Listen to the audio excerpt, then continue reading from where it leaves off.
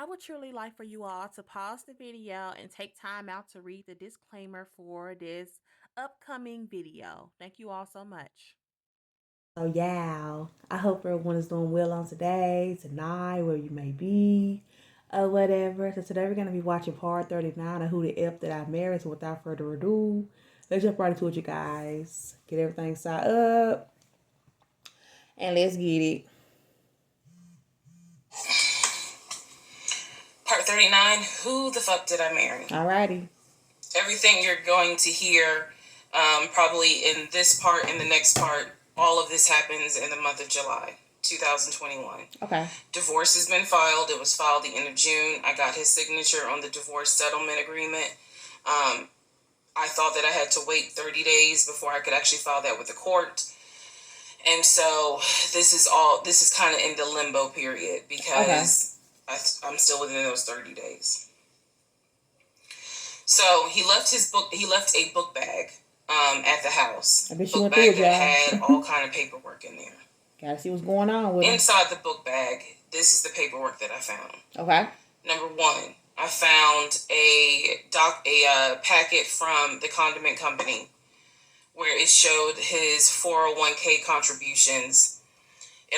Okay, so I'm assuming this does confirm he actually did work at that condiment location or whatever, you guys, because y'all remember the last part 38, I was saying I wasn't sure whether or not he actually worked at these places. So this kind of confirms it, I guess.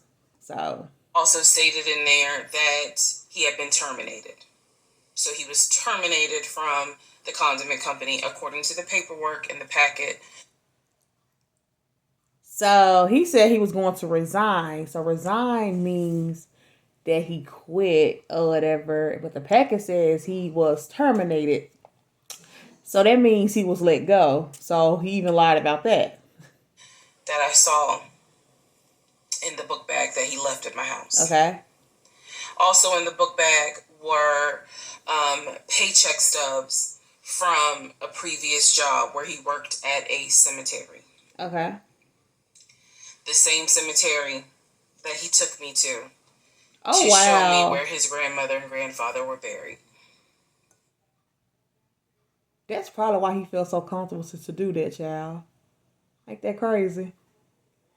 So he took her there because he was already kind of familiar with it. So he probably already studied areas.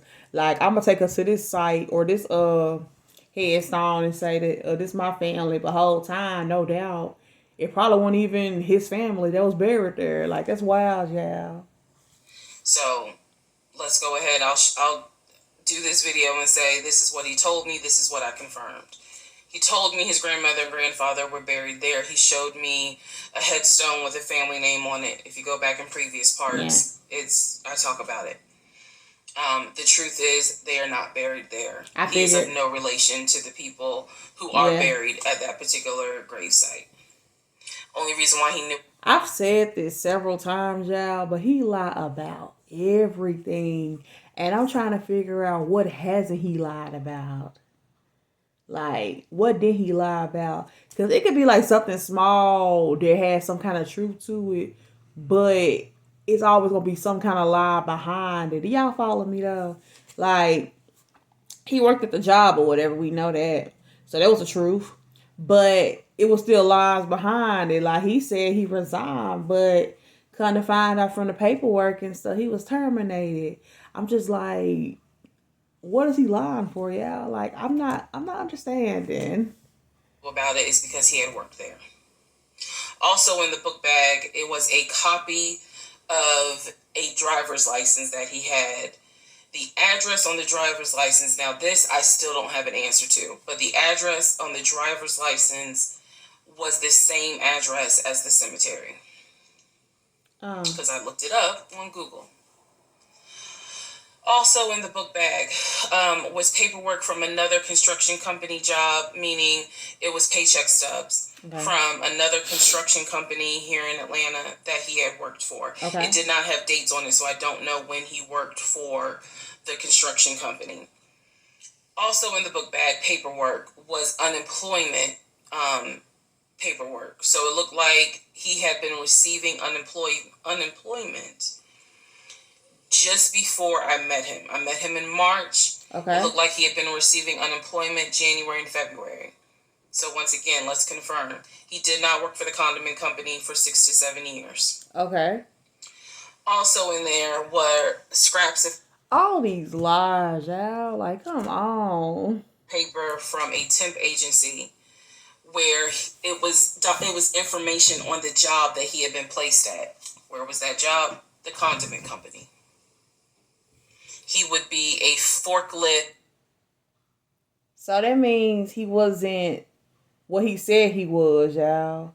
Because y'all remember he said he was like a manager of some sort.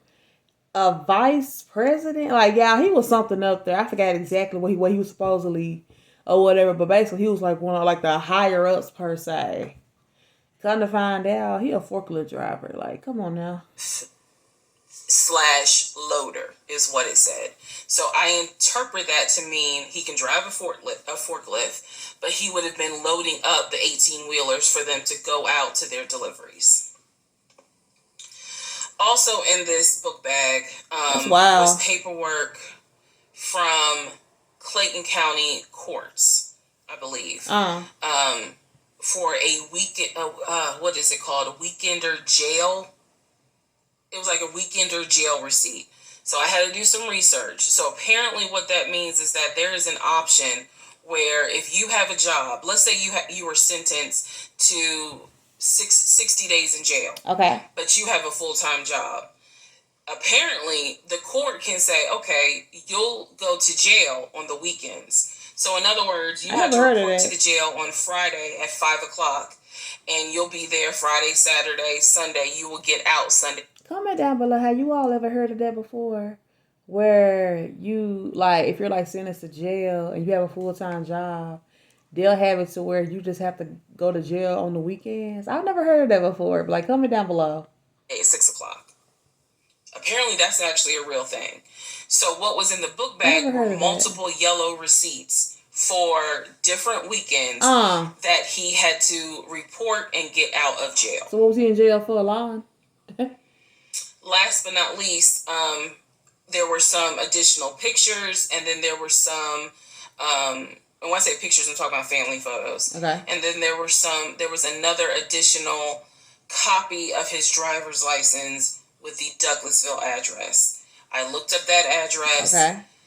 The name associated with that address was the same name as the ex-girlfriend Latoya? That he had in between the ex-wife and me.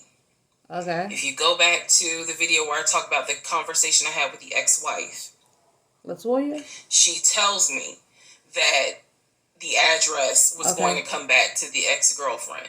Okay. I'm simply saying that is correct. So what she told me is true. Okay. So because of everything that I found, I decided to go down a new rabbit hole. Again, just recapping what I said in previous videos. Ex-husband was always a stickler about law enforcement. His dad was a retired police officer. I'm just telling y'all the story. His dad was a retired police officer. Mom was a retired teacher. After his dad retired, they moved to Augusta, started a church. Okay. He took me to that church in Augusta. The same day that he took me to meet his aunt who lived in Augusta. Let me guess, it's not a church. So these are now things that he actually took me to, just like he took me to the cemetery. Uh-huh. So that's what I found in the book bag. The weekender jail receipts. Like, what was he in jail for? I went ahead and went online to find out exactly why did he have to go to jail. That's what I want to know. The weekend. I gotta know, yeah. And I'm going to end this part here. The next part has to do with his criminal history. Oh, snap. But let me guess, y'all. He was in jail for lying. But comment down below and let me know how you all feel about this series. Y'all know we about to wrap it up very soon. And I'll catch you all on the next video. Take care.